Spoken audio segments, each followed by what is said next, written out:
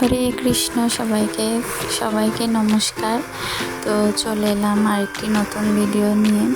তো সকলেই জানেন আজকে মহান রাধা অষ্টমীর ব্রত। তো আজকে আমি আমার ভিডিওতে বলবো কেন রাধা অষ্টমী পালন করা হয়। বলা হয় শাস্ত্রে যে ভগবান শ্রীকৃষ্ণ কৃপা লাভের জন্য অবশ্যই রাধা অষ্টমীর ব্রত পালন করতে হবে। রাধা রানী সন্তুষ্ট হলে তবে ভগবান শ্রীকৃষ্ণের কৃপা লাভ করা যায়।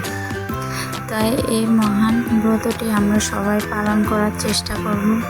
সঠিক নিয়মে সঠিক উপায়ে আমরা রাধা রানীর নাম শ্রবণ করব, মালা জপ করব, সকালে উঠে অভিষেক করব, এরপরে ভগবান মা রাধা রানীর জন্য ভোগ রান্না করব।